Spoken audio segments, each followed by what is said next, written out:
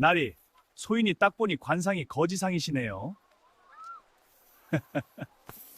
장터 한복판에서 거지가 양반 선비에게 내뱉은 한마디. 분노한 선비는 그 자리에서 내기를 걸었습니다. 그런데 어찌 된 일인지 내기가 끝날 무렵 거지 행색이 된 것은 선비 쪽이었습니다. 대체 그 거지는 어떤 수를 쓴 걸까요? 별이 야담에 오신 걸 환영합니다. 구독, 좋아요로 응원의 마음 전해주세요.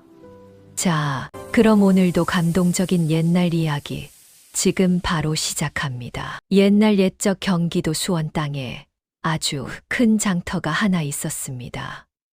닷새마다 한 번씩 열리는 이 장터에는 팔도 각지에서 장꾼들이 몰려들었고 비단 장수, 옹기 장수, 생선 장수가 좌판을 펼치면 장터는 금세 사람들로 북적였습니다. 파란 하늘 아래 흙먼지가 피어오르고 어물전 생선 냄새와 떡 굽는 고소한 냄새가 뒤섞였습니다. 안악들이 광주리를 이고 오가고 아이들은 엿장수 뒤를 졸졸 따랐습니다. 장날이면 이 장터는 온 고을에서 가장 생기 넘치는 곳이었지요. 그런데 이 장터 한쪽 귀퉁이에는 언제나 한 거지가 쭈그리고 앉아 있었습니다. 이름은 삼돌이. 나이는 40줄에 접어들었고 누더기를 걸쳤으며 때가 묻어 얼굴을 알아볼 수 없었습니다. 하지만 눈빛만은 유독 날카로웠지요. 삼돌이가 장터 귀퉁이에 자리를 잡은 것은 벌써 20년이 넘었습니다. 그 자리는 장터 안이 한눈에 내려다 보이는 명당이었지요. 어느 좌판에 사람이 많이 몰리는지, 누가 흥정에 이기고 누가 지는지, 누가 지갑을 두툼하게 들고 왔는지, 누가 빈 수레를 끌고 왔는지, 삼돌이는 그 모든 것을 앉아서 지켜보았습니다. 삼돌이는 구걸을 하면서도 오가는 사람들을 유심히 살폈습니다. 누가 씀씀이가 해픈지, 누가 인색한지, 누가 체면을 목숨보다 중히 여기는지. 그는 사람을 읽는 데 있어서는 장터 그 누구에게도 뒤지지 않았습니다. 사실 삼돌이는 젊은 시절 한양에서 어느 대감댁 책방을 드나들며 글을 익힌 사람이었습니다. 물론 당시에도 거지였지만 그 대감이 삼돌이의 눈썰미를 신기하게 여겨 드나드는 것을 허락했지요. 그곳에서 삼돌이는 책을 통해 세상 이치를 많이 배웠습니다. 하지만 언제나 먹고 사는 것이 문제였고 결국 고향인 수원으로 내려와 장터 거지가 된 것이었습니다. 오늘은 또 어떤 나리가 걸려드시려나. 삼돌이는 입가에 슬며시 미소를 지으며 장터를 내려다보았습니다. 손바닥에 햇볕이 따스하게 내려앉는 평화로운 오후였습니다. 그날도 삼돌이가 장터 귀퉁이에 앉아 볕을 쬐고 있을 때였습니다. 옆에 있던 늙은 약장수 영감이 말을 걸었습니다. 영감의 이름은 칠성이라고 했습니다. 수원 장터에서만 30년 넘게 약을 팔아온 노인이었지요. 허리가 굽었지만 눈은 아직도 맑았고 마음씨가 넉넉해서 장터 사람들 모두가 따랐습니다. 삼돌아, 너는 맨날 저 양반들 구경만 하는구나. 부럽지도 않냐? 부럽긴요, 영감님. 삼돌이는 피식 웃었습니다.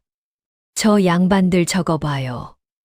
가쓰고 도포 입고 거들먹거리는 게 폼은 그럴싸한데.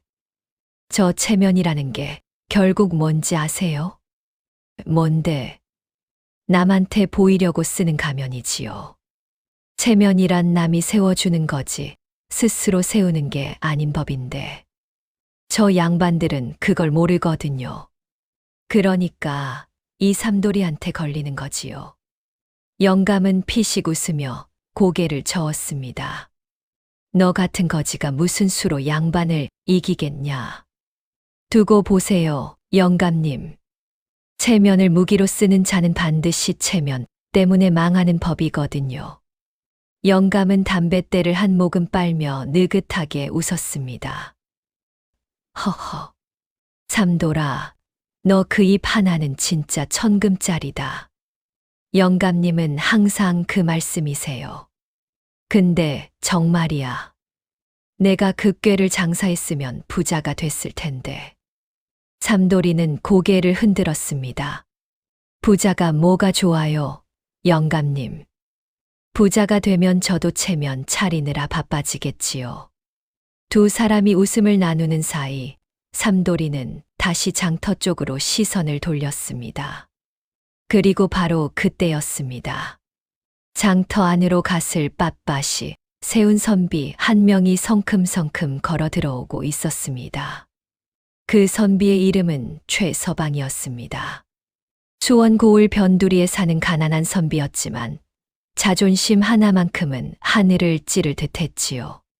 최서방은 과거 시험을 3번 봤지만 3번 다 낙방했습니다.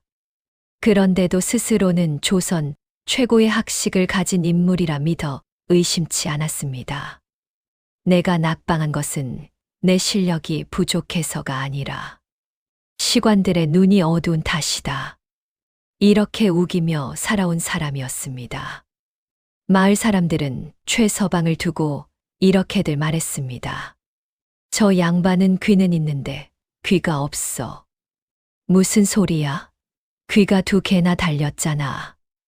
눈에 보이는 귀는 있는데 남의 말 듣는 귀가 없다고. 그 정도로 최서방은 자기 생각이 언제나 옳다고 믿는 사람이었습니다. 그의 특기는 딱 2가지였지요. 첫째는 훈수. 남의 일에 끼어들어 이렇다 저렇다 가르치기. 누가 밭을 갈아도, 누가 집을 지어도, 누가 국을 끓여도 최서방은 꼭 한마디를 보탰습니다. 그건 그렇게 하는 게 아닌데. 좀 더 이렇게 해야지. 듣는 사람은 피곤했지만 최서방은 도와준다고 한 말이었으니 정작 본인은 뿌듯했습니다. 둘째는 체면 차리기. 아무리 배가 고파도 길에서 음식을 사 먹지 않았고, 아무리 추워도 헌 옷을 입지 않았으며, 아무리 급해도 천민과는 말을 섞지 않았습니다. 한 번은 발바닥에 가시가 박혀 피가 나는데도 길가 머슴한테 빼달라는 말을 못하고 절뚝거리며 집까지 걸어간 적도 있었습니다. 체면 때문에 제 몸을 제가 괴롭히는 사람이었지요. 그날 최서방이 장터에 나온 이유는 간단했습니다. 마누라가 사오라고 한 나물 한 단을 사기 위해서였지요. 그런데 나물 값이 생각보다 비쌌습니다. 이 파리한 나물이 한 단에 5푼이라고? 어디 장사꾼이 이렇게 사람을 봐가며 값을 부르는 게냐. 최서방은 버럭 화를 냈고 나물 장수는 황당한 얼굴로 그를 쳐다보았습니다. 나물 장수의 이름은 봉순내였습니다. 40줄의 억척스러운 안악으로 새벽 4시에 일어나 산에서 나물을 뜯어다 파는 여인이었지요. 5푼은 충분히 제 값이었습니다. 날이 이 나물이 오늘 새벽에 뜯어온 것인데 5푼이면 싼 편이지요. 싸다고 작년에는 3푼이었는데 무슨 소리요. 작년 값이 지금도 그대로일 수는 없잖아요. 날이. 봉순내는 조용하지만 단호하게 말했습니다. 구경꾼들이 하나둘 모여들기 시작했습니다. 세상에 저 양반 좀 봐. 나물 한 단에 5푼이 비싸다고? 나물값도 모르는 양반이 다 있네. 저 안악이 새벽에 얼마나 고생했는데. 참 딱하다. 사람들이 수군거리는 소리가 최서방의 귀에까지 들렸습니다. 최서방의 얼굴이 불그락 변했습니다. 바로 그때 삼돌이가 슬슬 다가오기 시작했습니다. 삼돌이는 구경꾼들 틈을 비집고 최서방 앞에 딱 섰습니다. 그리고는 아무렇지도 않은 얼굴로 최서방을 위아래로 훑어보았습니다. 삼돌이는 턱을 꿰고 고개를 갸웃거렸습니다. 한참을 그렇게 들여다보다가 혀를 차며 고개를 저었습니다. 날이 소인이 딱 보니 관상이 거지상이시네요. 장터가 순간 조용해졌습니다. 나물 장수도 구경꾼도 지나가던 안악도 모두 입을 떡 벌렸습니다. 심지어 멀리 엿을 팔던 엿장수도 가위질을 멈추고 이쪽을 쳐다보았습니다. 최서방의 눈이 부릅떠졌습니다. 이놈이 감히 지금 뭐라고 했느냐? 거지상이라고요. 날이. 삼돌이는 전혀 겁먹은 기색 없이 계속 말을 이었습니다. 소인은 사람 관상 보는 걸로는 장터에서 둘째가라면 서럽습니다. 날이 이마의 결, 콧대의 기울기, 눈썹 사이 간격을 보아하니 딱 거지상입니다. 더군다나 저 눈꼬리가 아래로 처진 것 보십시오. 이건 재물이 손 안에서 술술 빠져나가는 상이지요. 머자나 빌어먹게 되실 상이에요. 최서방은 부들부들 떨었습니다. 이 거지 놈이 내가 거지상이라고, 내가 누구인 줄 알고 감히. 나리가 누구시든지 상은 거짓말을 안 하지요. 구경꾼들이 와하하 웃음을 터뜨렸습니다. 봉순내도 나무를 붙들고 웃음을 참느라 어깨를 들썩였습니다. 최서방의 얼굴이 새빨개졌습니다. 이 수모를 당하고 그냥 돌아설 수는 없었습니다. 온 장터 사람들이 보고 있었으니까요. 최서방은 이를 악물었습니다. 이대로 물러서면 체면이 말이 아니었습니다. 장터 안에 있는 사람들이 모두 보고 있었으니까요. 이놈, 내기를 하자. 내기요? 삼돌이는 눈을 동그랗게 떴습니다.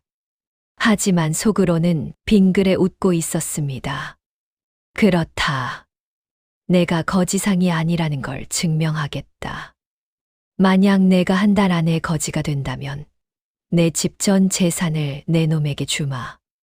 대신 내가 거지가 되지 않는다면 내 놈은 이 장터에 다시는 발을 들이지 못한다. 어떠냐? 구경꾼들이 웅성거렸습니다. 세상에 저 선비나리가 거지랑 내기를 하신다고. 저 거지가 무슨 수로 선비를 거지로 만들겠어. 그러게. 아무래도 저 거지가 장터에서 쫓겨나게 생겼는데. 근데 저 거지 눈빛이 범상치 않은 걸. 삼돌이는 잠시 생각하는 척 머리를 긁적였습니다. 한 달은 좀 짧지 않습니까, 나리. 소인 같은 거지가 나리 같은 양반을 거지로 만들려면 시간이 좀 더 필요한데. 2달이면 되겠느냐? 2달이면 충분합니다, 나리. 삼돌이는 손을 내밀었습니다. 그런데 나리, 내기에는 증인이 있어야지요. 최서방은 주위를 둘러보았습니다. 나물 장수 봉순내, 약장수 영감 칠성이, 포목점 주인 박서방이 모두 고개를 끄덕였습니다. 좋다. 이 사람들이 모두 증인이다. 내기 성립이다. 최서방은 자신만만했습니다. 거지 한 놈이 양반을 거지로 만들다니. 어림도 없는 소리였습니다. 그런데 내기가 성립되는 순간 삼돌이의 입꼬리가 살짝 올라갔습니다. 그 미소를 본 것은 약장수 영감 칠성이뿐이었습니다. 저 녀석 또 무슨 수를 꾸몄구나. 칠성이는 속으로 생각했지만 아무 말도 하지 않았습니다. 하지만 삼돌이는 속으로 생각하고 있었습니다. 이제 시작이지. 내기가 성립된 그날 저녁. 삼돌이는 약장수 영감의 천막 한쪽에 앉아 막걸리 한 사발을 홀짝이며 작전을 짰습니다. 천막 안에는 약재 냄새가 가득했습니다. 칠성이는 마른 쑥다발을 끈으로 묶으면서 삼돌이를 쳐다보았습니다. 삼돌아, 넌 진짜로 저 선비를 거지로 만들 수 있겠냐? 영감님, 저 선비 나리 보셨지요? 체면이 목숨보다 소중한 양반입니다.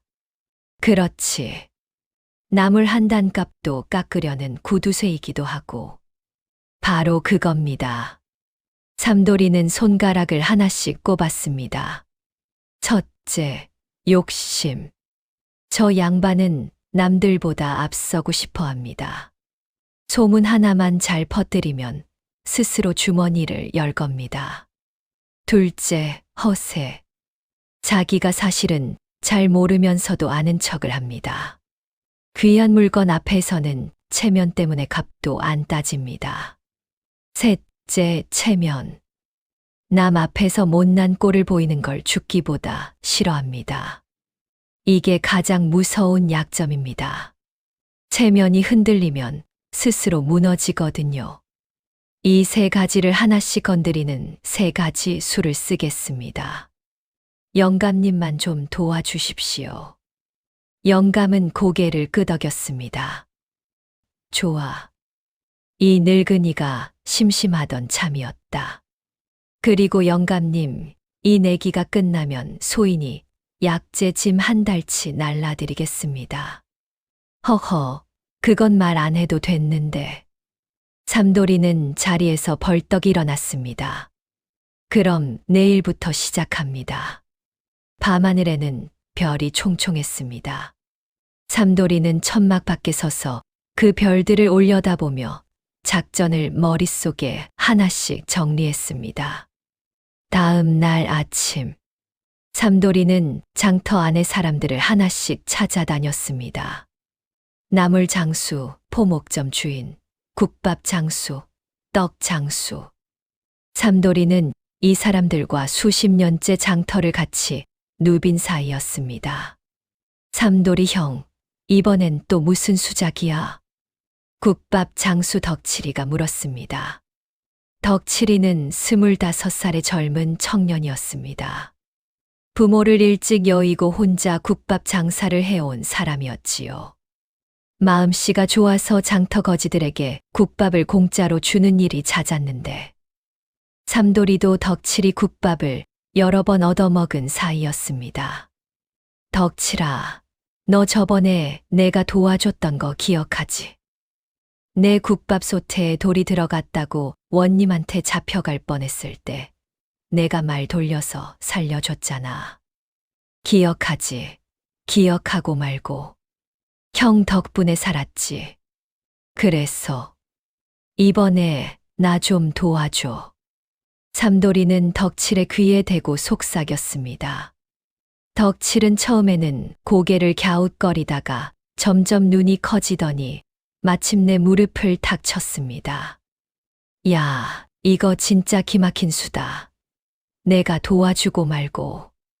포목점 주인 박서방도 떡 장수 순이 어멈도 나물 장수 봉순내도 모두 같은 반응이었습니다. 삼돌이는 모두에게 각자의 역할을 설명해 주었습니다. 박서방은 설명을 듣다가 배를 잡고 웃었습니다. 삼돌이, 너 진짜 이 재주를 타고난 거야. 어디서 이런 수를 다 생각해내냐. 살다 보니 배웠지요. 나리. 순이 어멈은 킥킥거리며 손을 흔들었습니다. 좋아, 좋아. 내가 그 역할 맡을게. 그런데 나 잘해야 되는 거지. 잘 못하셔도 됩니다. 저 양반이 알아서 걸려드니까요. 약장수 영감 칠성이는 그 광경을 멀찍이서 바라보며 고개를 저었습니다. 저 녀석은 진짜 거지가 될 팔자가 아닌데 왜 거지로 사는지 모르겠어. 삼돌이는 거지인 것이 전혀 불편하지 않았습니다. 오히려 거지이기 때문에 더 잘 보이는 것들이 있었거든요. 사람들이 진짜로 무엇을 두려워하는지, 진짜로 무엇을 욕심내는지, 그것을 꿰뚫어 보는 것이 삼돌이의 진짜 재주였습니다. 내기가 시작된 지 사흘째 되던 날, 장터에 이상한 소문이 돌기 시작했습니다.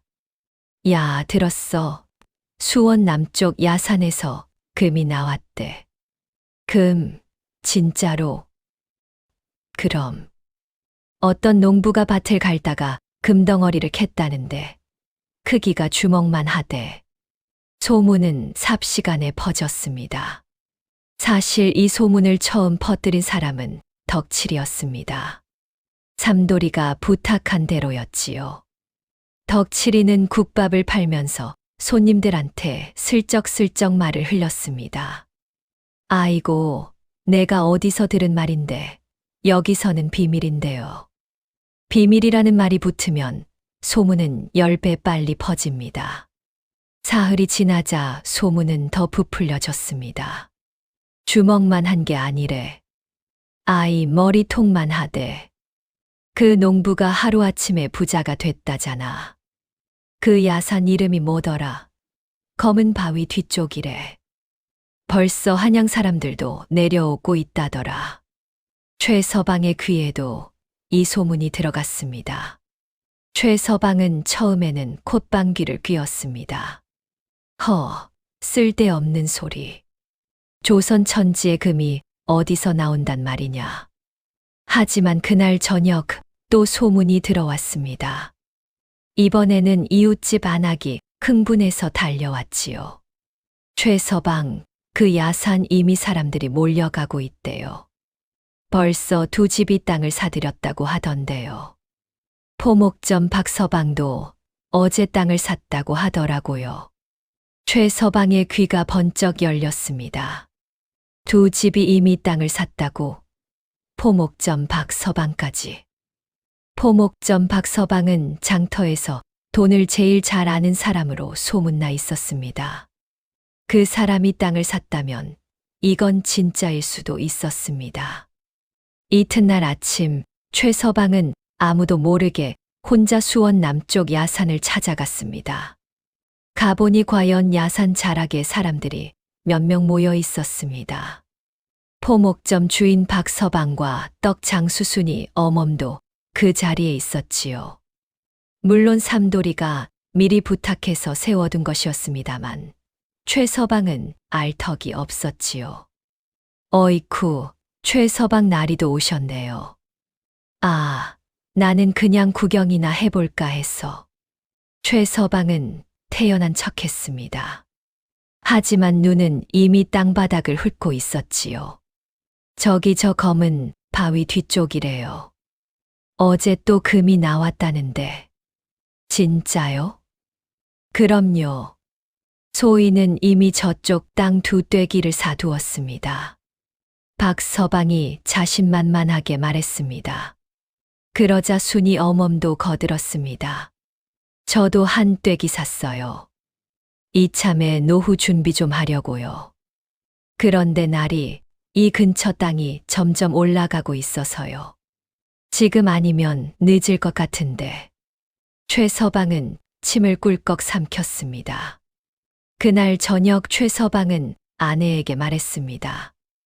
여보, 우리 마당 쪽 땅 좀 팔아야겠소. 왜요? 갑자기. 아, 그냥 좀 급한 일이 생겼소. 무슨 일인데요? 당신은 몰라도 되는 일이오. 아내는 이상하게 생각했지만 말리지 않았습니다. 최서방은 그 돈으로 야산 자락 땅 한 떼기를 사들였습니다. 삼돌이는 멀리서 그 광경을 보며 빙그레 웃었습니다. 첫 번째 수성공. 물론 야산에서는 금이 한 톨도 나오지 않았습니다. 포목점 주인과 떡장수가 그 땅에 미리 가서 금빛으로 빛나는 황철석 조각 몇 개를 뿌려둔 것이었지요. 황철석은 빛이 금처럼 번쩍이지만 금과는 전혀 다른 흔한 돌이었습니다. 약장수 영감 칠성이가 약재 창고에서 꺼내준 것이었지요. 최서방이 그 사실을 알게 된 것은 보름이 지난 뒤였습니다. 수원 고을 사람 아무도 금이 나왔다고 이야기하지 않자 수상한 마음에 직접 땅을 파보았는데 나온 것이라곤 돌멩이와 지렁이뿐이었습니다. 그는 땅을 팔려고 했지만 아무도 사려는 사람이 없었습니다. 이미 금 소문이 거짓이라는 것이 퍼져버린 뒤였으니까요. 결국 헐값에 넘겨야 했지요. 세상에 저 양반이 금광에 낚였대. 거지 삼돌이가 꾸민 일이래. 그래도 선비가 그 정도로 어리석을 줄은 몰랐네. 장터 사람들이 수군거렸지만 최서방의 귀에는 들어가지 않았습니다. 최서방은 아직도 자신이 속았다는 걸 인정하지 않으려 했으니까요. 설령 속았다 해도 그 사실을 인정하는 것이 더 큰 망신이었으니까요. 금광 소동이 잠잠해질 무렵 삼돌이는 두 번째 술을 준비했습니다. 이번에는 최서방의 허세를 건드릴 차례였습니다.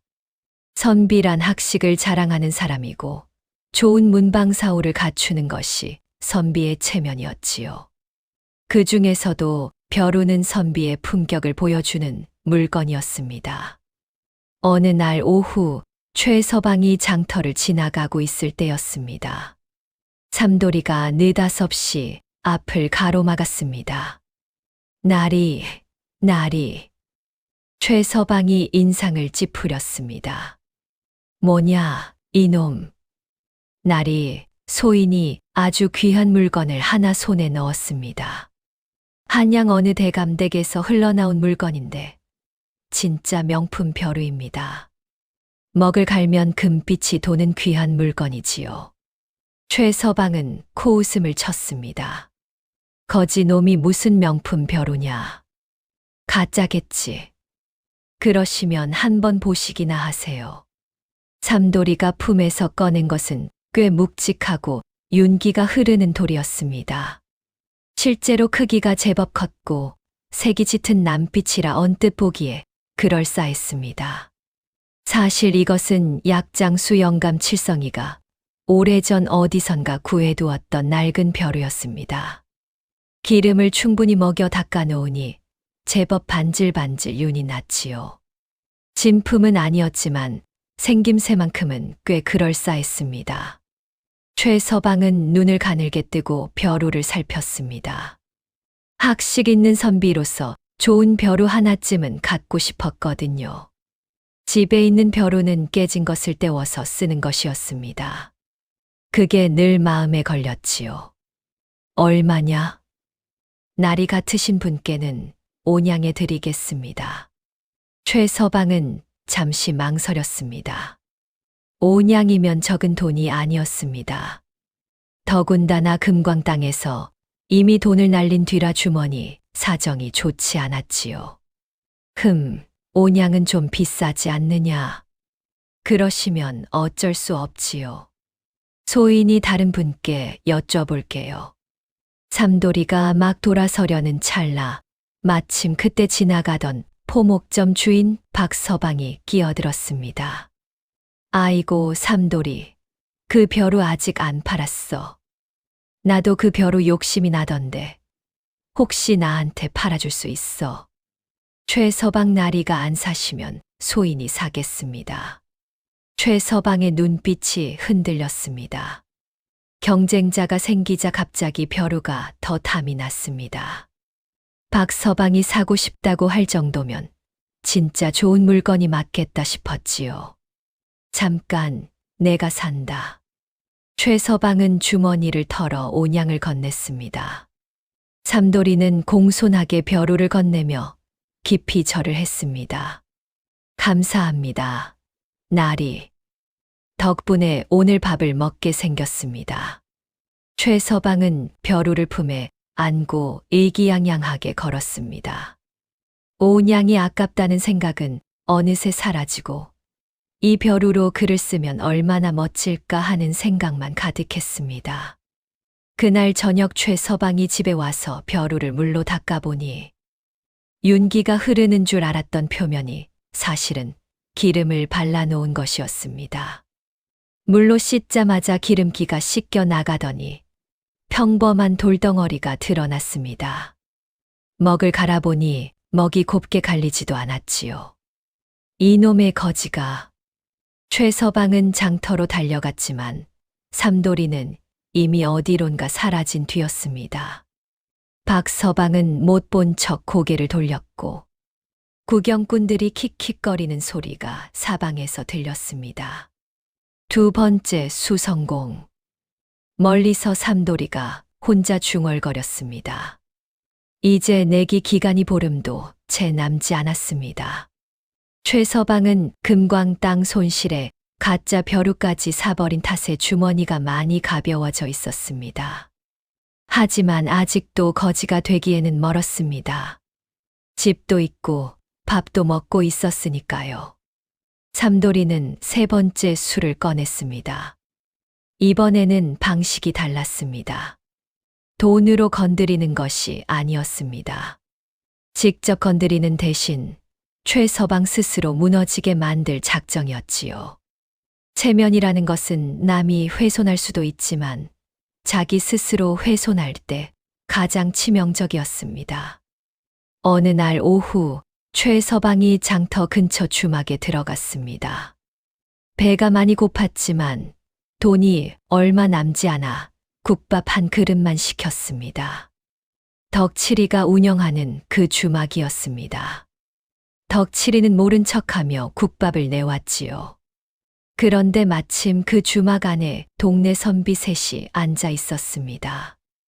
이들은 이웃 마을에서 온 선비들이었는데 서로 학식을 자랑하며 이러쿵저러쿵 이야기를 나누고 있었지요. 맹자 첫 구절을 어떻게 풀이하면 좋겠소? 제 생각에는 이렇게. 최서방은 국밥을 먹으면서 그들의 이야기를 듣다가 참지 못하고 끼어들었습니다. 그건 틀렸소. 그 구절은 그렇게 있는 게 아니라오. 선비들이 최서방을 돌아보았습니다. 아, 그렇소. 그럼 어떻게 읽소? 이렇게 읽는 거라오. 소인이 직접 써드리리다. 최서방은 의기양양하게 붓을 빌려 글을 써내려갔습니다. 선비들이 고개를 끄덕이며 듣는 것 같았습니다. 최서방은 이 기회에 학식 좀 뽐내볼 요량으로 말이 길어졌습니다. 그런데 바로 그 순간 주막 문이 벌컥 열리더니 삼돌이가 들이닥쳤습니다. 얼굴이 벌겋게 상기된 채였습니다. 어이구, 최서방 날이 여기 계셨군요. 최서방이 인상을 찌푸렸습니다. 이놈, 양반이 모여있는 곳에 거지가 함부로 들어오느냐. 아이고, 죄송합니다요. 그런데 지금 날이 되게 큰일이 났습니다. 최서방의 얼굴이 굳어졌습니다. 무슨 소리냐? 날이 되기 빚쟁이한테 들이닥쳐서 살림살이를 다 들고 나갔다고 합니다. 마님이 맨바닥에 앉아 통곡을 하고 계시는데 동네 사람들이 다 몰려들었어요. 사실이 아니었습니다. 삼돌이가 꾸민 이야기였습니다. 하지만 최서방은 그 말을 듣자마자 벌떡 일어났습니다. 주막 안에 있던 선비들이 모두 쳐다보았습니다. 최서방은 당황한 나머지 국밥값도 내지 않고 뛰어나갔습니다. 저기요, 국밥값. 주막 주인 덕칠이가 소리쳤습니다. 하지만 최서방은 이미 달려나간 뒤였습니다. 선비들이 쑥덕거렸지요. 밥값도 안 내고 도망가는 선비가 다 있나. 저 양반 체면이 영말이 아니구만. 아까 맹자풀이도 틀렸는데 아는 척은. 물론 최서방이 집에 가보니 아무 일도 없었습니다. 빚쟁이도 통곡하는 마님도 구경꾼도 없었지요. 마누라가 텃밭에서 고추를 따고 있을 뿐이었습니다. 아니, 무슨 일이에요? 왜 이렇게 뛰어오셨어요? 아, 아무것도 아니요. 잘못 들었나 보. 최서방은 손을 떨며 사랑채에 털썩 주저앉았습니다. 그리고 자신이 국밥값을 안 내고 달려나왔다는 사실을 깨달았습니다. 그날부터 장터 사람들 사이에 소문이 퍼졌습니다. 국밥값도 안 내고 도망간 선비가 있대. 그게 최서방이래. 거지 삼돌이한테 2번 속고 국밥값도 떼먹고. 정말 거지상이 맞는 거 아니야? 최서방은 이를 부드득 갈았습니다. 저 거지 놈을 가만두지 않겠다. 하지만 이미 장터에서 최서방의 체면은 크게 흔들리고 있었습니다. 그로부터 사흘 후, 최서방은 장터에서 삼돌이를 찾아내 정면으로 맞섰습니다. 이놈, 내기 기간이 이제 열흘도 안 남았다. 나는 아직 멀쩡히 잘 살고 있다. 내기는 내가 이기는 거야. 구경꾼들이 모여들었습니다. 3일 전 주막 사건이 소문난 뒤라 많은 사람들이 이 두 사람의 싸움에 관심을 갖고 있었지요. 최서방의 말도 틀리지는 않았습니다. 땅도 잃고 돈도 날렸지만 그래도 아직 집이 있었고 거지는 아니었으니까요. 아내가 쌀독을 잘 지켜온 덕분에 밥은 먹고 있었습니다. 삼돌이는 고개를 끄덕이며 빙긋 웃었습니다.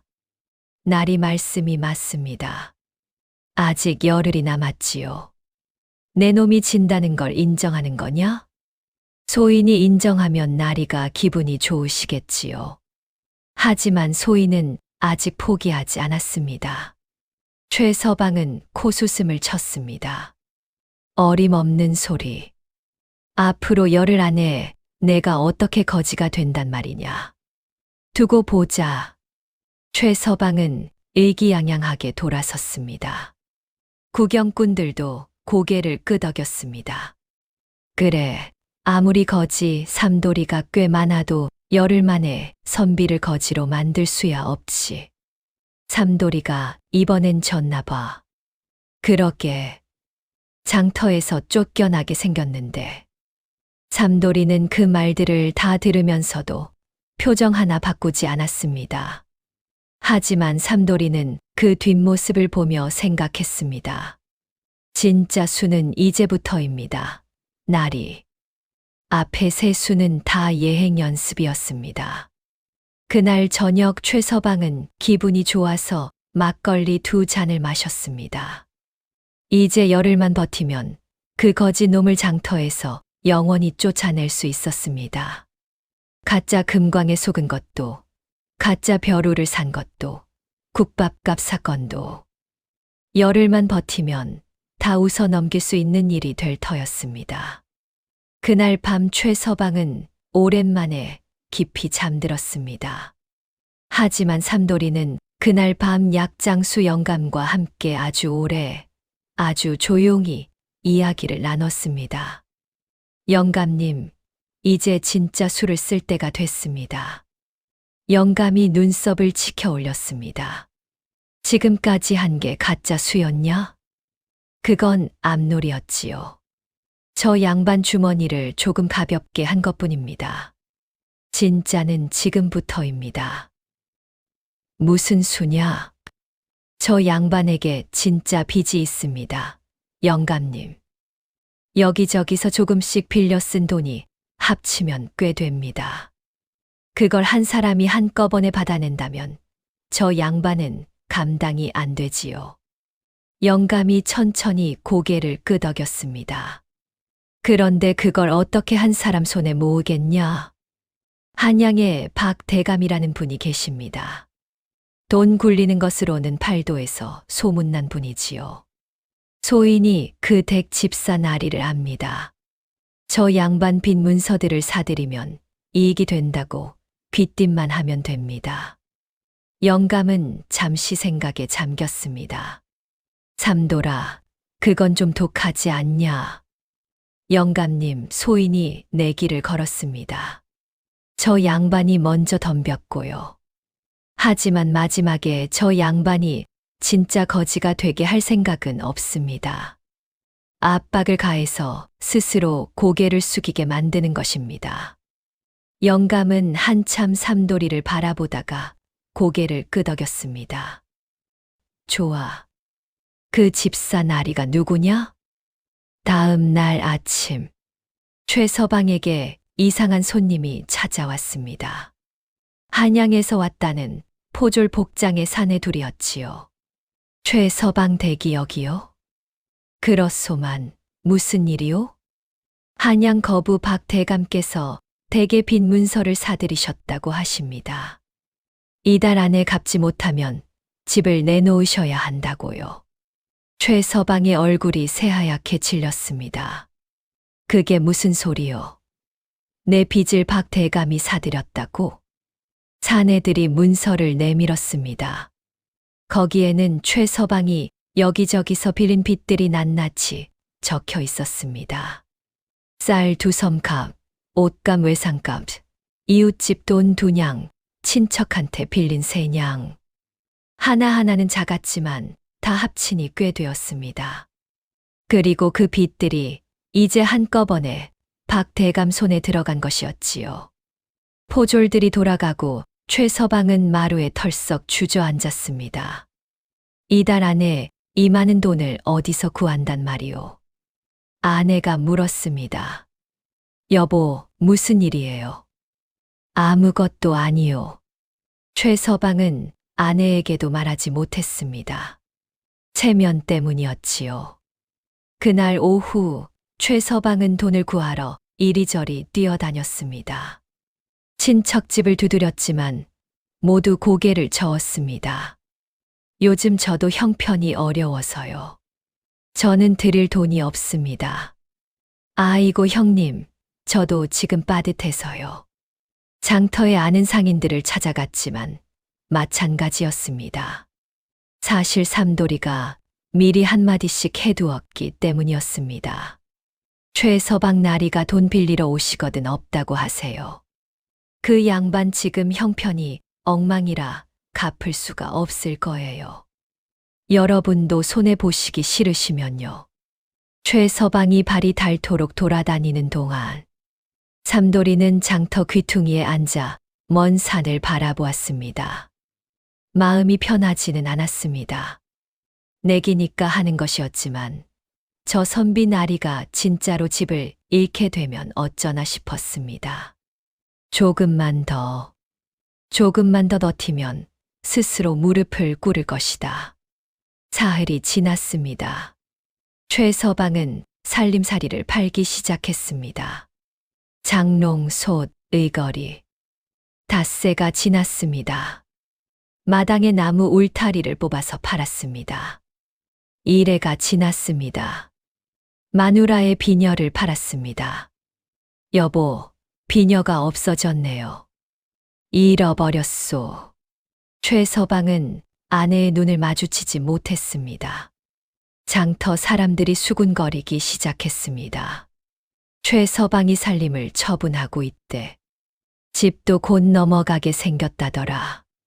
거지, 삼돌이 말이 맞아. 저 양반 정말 거지가 되게 생겼어. 그 소문이 최 서방의 귀에도 들어갔습니다. 최 서방은 장터에 나가지 않았습니다. 창피했기 때문이었지요. 문을 걸어 잠그고 사랑채에 혼자 앉아 있으니 지나가는 이웃 사람들의 수군거리는 소리가 담장 너머로 들려왔습니다. 최 서방이 요즘 문을 안 열더라. 얼마나 창피하면. 최 서방은 두 손으로 귀를 막았습니다. 그런데 바로 그때 최 서방 집 앞에서 목소리가 들렸습니다. 나리, 삼돌이 올시다. 드릴 말씀이 있습니다. 최 서방은 처음에는 모른 척했습니다. 하지만 삼돌이는 포기하지 않았습니다. 나리, 나오시지 않으면 소인이 여기서 밤새 기다리겠습니다. 한참 만에 최 서방이 문을 빼꼼 열었습니다. 무슨 일이냐? 나리, 내기 기간이 사흘 남았습니다. 지금 형편을 보아하니 나리가 이달 안에 집을 내놓게 되실 것 같습니다. 그리 되면 나리는 거지가 되시는 거지요. 최 서방의 얼굴이 굳어졌습니다. 내기는 내기고 지금 상황은 우연히 겹친 것뿐이다. 내 놈이 꾸민 일이냐? 소인이 무슨 힘이 있겠습니까? 나리. 빚을 사들인 것은 박 대감이고 돈 안 빌려준 것은 나리 친척들이고 소인은 그저 구경만 했습니다. 최서방은 말문이 막혔습니다. 삼돌이의 말이 틀리지 않았으니까요. 아니, 삼돌이가 꾸몄다는 증거가 없으니까요. 그래서 하고 싶은 말이 뭐냐? 나리, 내기를 그냥 인정하시는 건 어떻겠습니까? 나리가 거지상이라는 소인의 말이 맞지 않습니까? 깨끗하게 인정하시면 소인이 박 대감한테 말을 놓아서 갚을 기간을 좀 더 늘려드리겠습니다. 최서방은 주먹을 꽉 쥐었습니다. 안 된다. 나는 절대로 거지상이 아니다. 삼돌이는 고개를 끄덕였습니다. 알겠습니다. 나리. 그럼 사흘 뒤에 뵙겠습니다. 삼돌이는 돌아섰습니다. 최서방은 그 뒷모습을 보며 이를 악물었습니다. 내가 진다고. 절대로 안 된다. 어떻게 해서든 집을 지킨다. 하지만 그날 저녁 아내가 눈물을 흘리며 말했습니다. 여보, 우리 집 사정이 어찌 된 것인지 이웃도 다 알게 됐어요. 왜 진작 말씀을 안 하셨어요? 최서방은 아무 말도 하지 못했습니다. 비녀도 없어졌고, 장롱도 없어졌고, 솥도 없어졌잖아요. 소인이 모를 줄 아셨어요? 최서방은 아내의 눈을 볼 수가 없었습니다. 밤새 잠을 이루지 못했습니다. 내기 이틀 전, 박 대감의 집사가 다시 찾아왔습니다. 이번에는 말이 더 단호했습니다. 최서방 나리, 내일까지 빚을 갚지 못하시면 집 문서를 넘기셔야 합니다. 박 대감께서 더 이상 기다리실 수 없다고 하셨습니다. 최서방은 아무 말도 하지 못했습니다. 집사가 돌아가고 나서 최서방은 텅 빈 마루에 혼자 앉았습니다. 장롱이 없어진 방, 비녀가 없어진 아내, 울타리가 뽑혀나간 마당, 텅 빈 붓두막. 최서방은 두 손으로 얼굴을 감쌌습니다.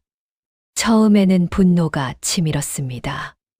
저 거지 놈 때문이다.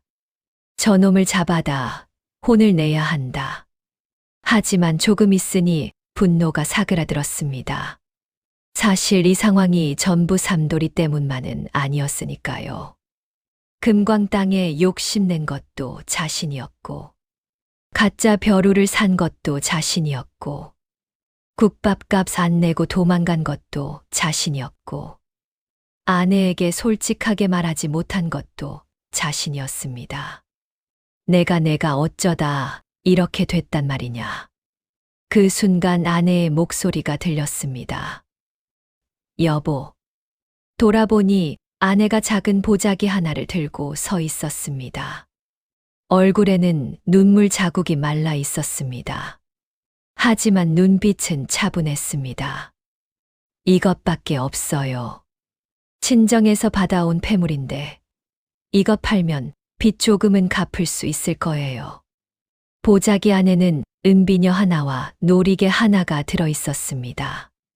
아내가 혼례 때부터 간직해온 것들이었지요. 최서방의 눈에서 눈물이 났습니다. 내가 미안하오. 미안하다는 말은 나중에 하세요. 지금은 방법을 찾아야지요.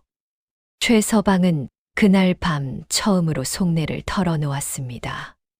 거지 삼돌이와의 내기 이야기도, 금광 땅을 산 것도, 벼루를 산 것도, 국밥집에서 달려나온 것도, 모두 다. 아내는 아무 말 없이 오래 들었습니다.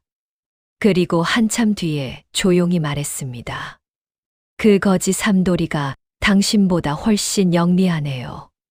최서방은 말문이 막혔습니다. 그 말이 틀리지 않았기 때문이었지요. 화를 낼 수도 없었습니다. 사실이었으니까요.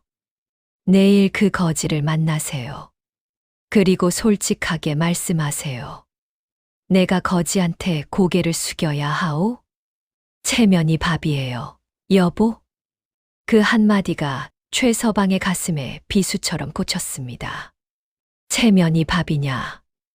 그 말이 밤새 머릿속에서 떠나지 않았습니다. 그날 밤 최서방은 뜬 눈으로 밤을 지샜습니다. 빈 방 안에서 이런저런 생각이 오갔습니다. 처음 장터에서 거지와 내기를 걸었을 때의 자신. 사람들이 모두 자신을 비웃었는데도 끄떡없다고 생각했습니다. 거지 한 놈이 나를 어떻게 하겠느냐 하는 오만함이 있었지요. 금광 소문에 혹해서 땅을 산 것. 욕심 때문이었습니다. 남들보다 먼저 부자가 되고 싶었던 욕심. 벼루에 넘어간 것. 허세 때문이었습니다. 박서방도 사고 싶어 한다고 하자 갑자기 더 탐이 났던 마음. 밥값도 안 내고 달려나간 것. 그것도 체면 때문이었습니다. 선비들 앞에서 창피를 당할까봐 달려나갔으나 결국 더 큰 창피를 당했지요. 모두 체면 때문이었습니다. 체면 때문에 내기를 걸었고, 체면 때문에 땅을 샀고, 체면 때문에 가짜 벼루를 샀고, 체면 때문에 지금 이 꼴이 됐다. 그때 문득 오래전 스승에게 들은 말이 떠올랐습니다. 어린 시절 서당에서 훈장 어른이 했던 말이었습니다. 최서방이 12살 때였을 겁니다. 훈장 어른이 뜰하게 서서 하늘을 바라보며 한 말이었지요. 체면이란 남이 세워주는 것이지 스스로 세우는 것이 아니니라. 스스로 세우려 하면 반드시 무너지는 법이다. 그 말을 들었을 때는 무슨 뜻인지 몰랐습니다. 12살 아이가 그 뜻을 어찌 알겠습니까? 아니, 어른이 되어서도 알면서도 무시했지요. 내 체면은 내가 세운다. 남한테 기댈 내가 아니다. 그렇게 살아온 것이 40년이었습니다. 그런데 이제 보니 그것이 거짓이었습니다. 장터 사람들이 그를 존경해서 체면을 세워준 것이 아니었습니다. 그저 양반이라는 신분 때문에 고개를 숙인 것이었고, 그 얄팍한 존중을 그는 진짜 체면이라고 믿어온 것이었지요. 그런데 거지 삼돌이는 그 신분도 없으면서, 그 누구의 눈치도 보지 않으면서 누구보다 당당하게 살고 있었습니다. 그 거지 삼돌이가 처음부터 알고 있었구나. 내 체면이 얼마나 속 빈 강정인지를. 그래서 처음부터 자신이 있었던 것이다. 최서방은 긴 숨을 내쉬었습니다. 눈물이 볼을 타고 흘러내렸습니다. 이 나이에 거지한테 배우는 것이 있을 줄이야. 그리고 결심했습니다. 내일 삼돌이를 만나겠다고. 그리고 제대로 이야기를 나눠보겠다고. 가능하다면 솔직하게 말해보겠다고. 다음 날 아침, 최서방은 오랜만에 장터로 나갔습니다. 날씨는 맑았습니다. 가을 햇살이 장터 위로 따스하게 내려앉고 있었지요. 장터 사람들이 힐끔힐끔 쳐다보았습니다. 수군거리는 소리도 들렸지요. 아이고, 최서방이 나왔네. 저 양반이 오늘 어쩌려고 나왔대. 내기 기간이 오늘로 끝난다던데. 하지만 최서방은 걸음을 멈추지 않았습니다. 고개를 꼿꼿이 들고 삼돌이가 앉아있는 장터 귀퉁이로 곧장 걸어갔습니다. 삼돌이는 최서방이 다가오는 것을 보았습니다. 자리에서 일어나지 않았습니다. 날이 오셨습니까? 삼돌아. 최서방은 처음으로 삼돌이의 이름을 불렀습니다. 이놈, 저놈이 아니라 이름을. 삼돌이는 그 한마디에 눈빛이 달라졌습니다. 주위에 있던 사람들이 하나둘 발걸음을 멈추었습니다. 뭔가 분위기가 다르다는 것을 느꼈지요. 내가 졌다. 장터가 조용해졌습니다. 내기 기간이 아직 하루 남았지만 나는 졌다. 내 말이 맞았다.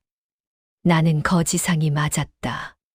체면에 눈이 멀어서 금광에 속고, 가짜 벼루에 속고, 밥값도 안 내고 도망가고 거지보다 못한 꼴이었지. 삼돌이는 조용히 듣고 있었습니다. 그런데 한 가지만 물어보마. 내가 처음부터 내 체면을 이용해서 나를 거지로 만들려 한 것이냐? 예, 나리. 최서방은 눈을 감았다가 다시 떴습니다. 왜? 나리 같은 분들이 소인 같은 거지를 얼마나 무시하는지 아십니까? 관상이 거지상이라고 했더니 내기까지 거셨지요. 소인이 거지라는 이유 하나만으로 소인은 그냥 한번 물어보고 싶었습니다. 거지가 양반을 이길 수 있는지. 장터가 고요했습니다. 장꾼도, 안악도, 아이도 모두 귀를 기울이고 있었습니다. 최서방은 긴 침묵 끝에 말했습니다. 이겼다. 내가 이겼다. 최서방이 내기를 인정하자 장터 사람들이 술렁이기 시작했습니다. 세상에 최서방이 거지한테 졌다고 인정했대. 진짜로? 저 꼿꼿한 양반이? 믿을 수가 없어. 저 양반이 저런 말을 할 줄은 몰랐는데. 약장수 영감 칠성이가 천막 밖으로 나와서 고개를 저었습니다. 삼돌이 이 녀석이 결국 해냈구만. 삼돌이는 천천히 자리에서 일어났습니다. 그리고 최서방을 향해 깊이 정중하게 절을 했습니다. 나리, 감사합니다. 뭐가 감사하냐? 내가 진 것인데. 인정할 줄 아시는 분은 흔하지 않습니다. 그게 진짜 양반의 체면이지요. 최서방은 잠시 말이 없었습니다. 그런데 삼돌아, 내기에서 이겼으니 내 집 전 재산을 가져가려느냐? 아닙니다. 나리. 사람들이 또 웅성거렸습니다. 내기 조건이 나리 전 재산이었는데 소인은 돈이 목적이 아니었습니다. 처음부터 나리가 한번 고개를 숙이시는 것, 그것이면 충분했습니다. 나리가 방금 그걸 하셨으니 내기는 소인이 이긴 것으로 하고 재산은 도로 가져가십시오. 장터가 다시 조용해졌습니다. 이번에는 감탄의 침묵이었습니다. 봉순내가 나물광주리를 끌어안으며 눈물을 찍었습니다. 덕칠이는 손을 문지르며 고개를 끄덕였습니다. 최서방의 눈이 흔들렸습니다. 왜 그러느냐? 소인이 나리를 거지로 만들려 한 것이 아니었습니다. 나리 스스로 체면이 무엇인지 깨달으셨으면 해서였지요. 이제 깨달으셨으니 그것으로 됩니다. 최서방은 한참 동안 아무 말도 하지 못했습니다. 눈시울이 붉어졌습니다. 50살 가까이 된 양반이 장터 한복판에서 눈물을 보이는 것은 체면이 아니었지만 이제 더 이상 그 체면이 중요하지 않았습니다. 내가 40평생 거지보다 못한 생각을 하고 살았구나. 그 말이 장터 안에 퍼졌습니다. 구경하던 사람들이 조용히 고개를 숙였습니다. 그날 이후 장터에서 최서방과 삼돌이는 묘한 사이가 되었습니다. 원수도 아니고 친구라고 하기도 어색한. 하지만 서로를 알아보는 사이가 되었지요. 최서방은 그날 오후 박 대감의 집사를 찾아가 솔직하게 말했습니다. 빚을 갚겠소. 하지만 한꺼번에는 어렵소. 나누어서 갚을 수 있도록 해주시겠소. 이번 일로 많이 반성했소.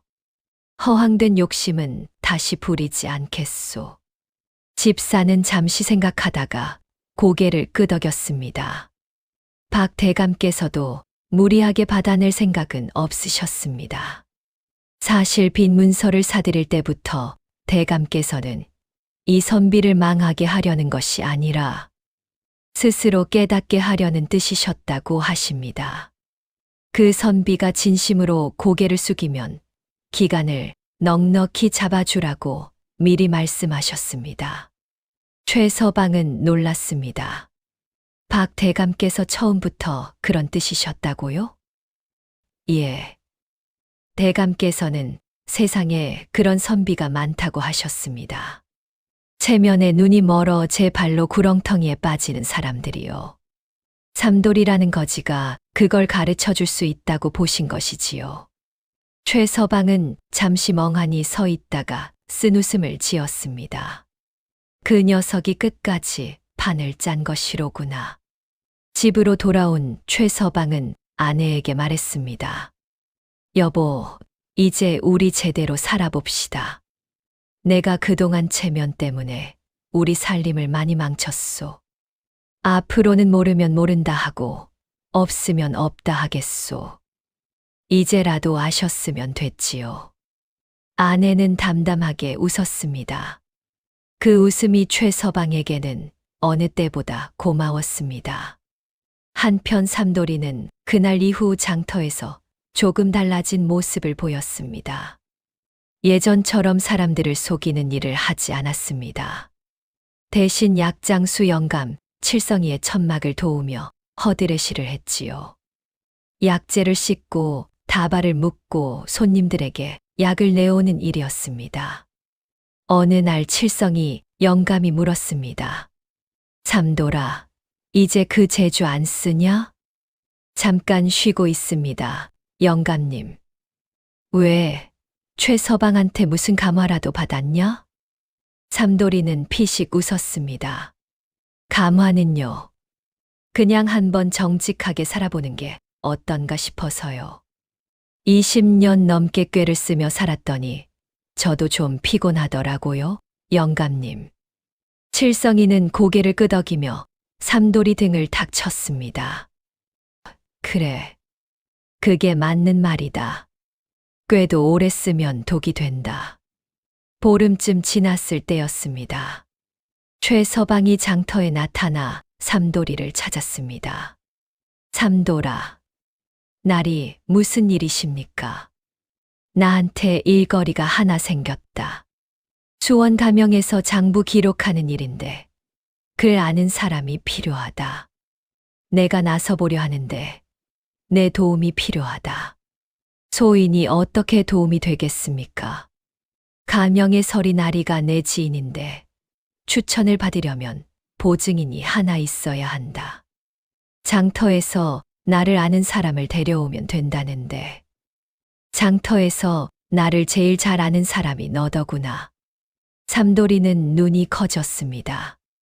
소인이 나리의 보증인이요. 그렇다. 내가 싫으면 그만이다. 강요하지 않는다. 최서방은 그 말을 하면서 시선을 살짝 피했습니다.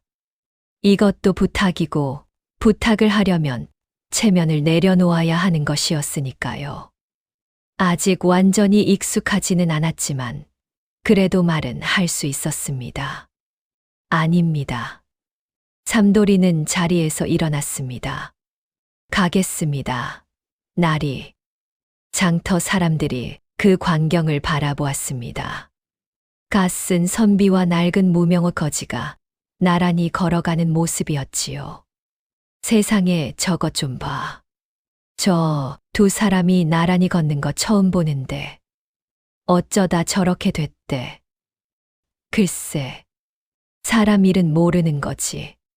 저 거지 눈빛이 영 예사롭지 않더니 역시. 봉순내가 나무를 다듬으며 고개를 끄덕였습니다. 저 두 사람이 서로를 바꿔놓았구나. 수원 가명에서 최서방은 장부 기록 일자리를 얻었습니다. 삼돌이는 가명문 앞에서 기다리다가 최서방이 밝은 얼굴로 나오자 씩 웃었습니다. 잘 됐습니까, 나리? 됐다. 고맙다, 삼돌아.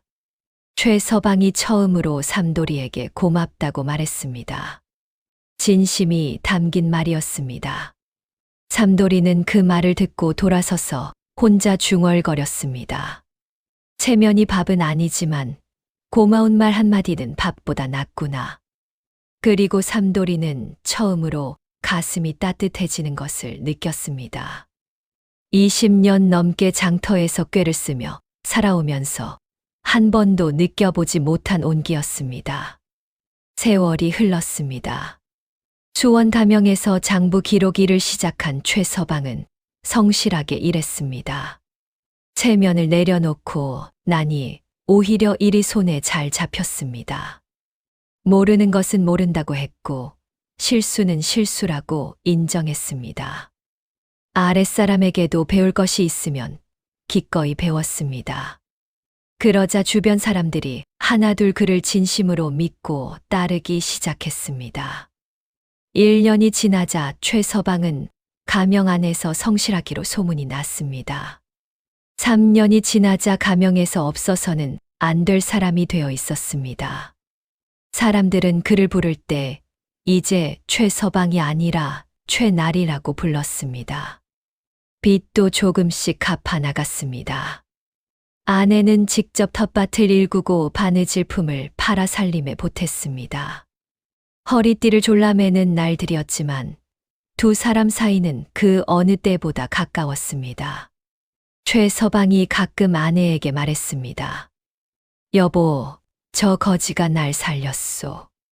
저도 그렇게 생각해요. 아내가 웃으며 대답했습니다. 한편 삼돌이는 여전히 장터 귀퉁이에 있었습니다. 하지만 예전과는 달랐습니다. 누더기 대신 깨끗한 무명옷을 입고 있었고 약장수 영감 칠성이의 천막에서 약재를 다루는 일을 거들고 있었습니다. 칠성이 영감이 등이 굽어 무거운 것을 들기 어려워지자 삼돌이가 자연스럽게 그 일을 맡았습니다. 거지 신세를 면한 것은 아니었지만 먹고 자는 걱정은 없어졌지요. 어느 닷새 장날 최서방이 장터에 나타났습니다. 갓과 도포를 갖추었지만 예전처럼 거드름을 피우지는 않았습니다. 아는 사람이 보이면 먼저 고개를 숙여 인사를 했고 봉순내 나무를 살 때는 값을 깎으려 들지 않았습니다. 삼돌이가 그를 보고 손을 들었습니다. 날이 오셨습니까? 그래. 잘 있었느냐? 덕분에요. 최서방은 삼돌이 곁에 쪼그리고 앉았습니다. 양반이 거지 곁에 쪼그리고 앉는 모습을 보고 지나가던 사람들이 눈을 동그랗게 떴습니다. 하지만 최서방은 신경 쓰지 않았습니다. 있잖다, 삼돌아. 예. 그때 장터에서 내 길을 걸지 않았다면 나는 평생 그렇게 살았겠지. 삼돌이는 조용히 고개를 끄덕였습니다. 소인도 그냥 계속 속이고 살았겠지요. 날이. 두 사람은 잠시 아무 말 없이 장터를 바라보았습니다. 닷새마다 열리는 수원 장터는 오늘도 사람들로 북적였습니다. 비단 장수, 생선 장수, 떡 장수의 고함 소리, 아이들의 웃음소리, 파란 하늘 위로 구름이 천천히 흘러갔습니다. 처음 이야기가 시작될 때 이 장터에서 거드름을 피우던 최서방은 없었습니다. 장터 귀퉁이에서 속임수를 짜던 삼돌이도 없었습니다. 두 사람 다 조금은 달라져 있었습니다. 아니, 많이 달라져 있었습니다. 체면이란 남이 세워주는 것이지 스스로 세우는 것이 아닌 법입니다. 스스로 높이려 하면 오히려 낮아지고 마음을 낮추면 오히려 높아지는 것이 사람 사는 이치이지요. 최서방은 거지 삼돌이를 만나기 전까지 체면이 곧 자신이라고 생각했습니다. 하지만 체면을 잃고 나서야 비로소 진짜 자신을 찾았습니다. 그리고 삼돌이는 최서방을 골려주기 전까지 꾀가 곧 자신이라고 생각했습니다.